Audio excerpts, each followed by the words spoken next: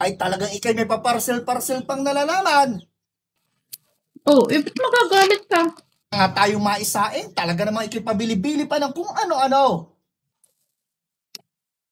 Ito isang lipstick lang. Ang in-order ko lang. Arit ako'y namumutla na din sa bahay at hindi mo naman ako pinapalabas. Lipstick pa nga, lipstick. Hindi ka na nga makalabas ng bahay, magalipistik ka pa. Isang lipstick lang naman ari at ang aking labi nangingitim na din sa hindi na ako naaarawan. Baka ikaw merong inapagandahan. Ay ikaw abay magalipilipistik pa. Baka lamang pag ako'y naalis dito may napunta dito ha. Baka napunta dito si kumpare. Kaya ayusin mo.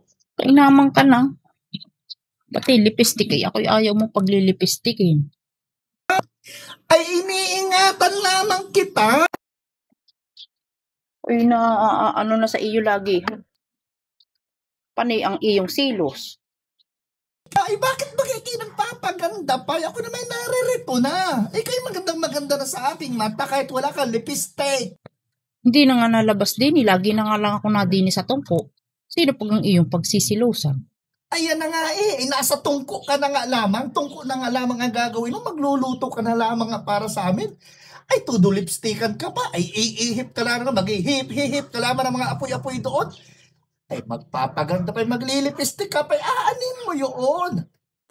Anak ka ng Ay, shit ka. anak ka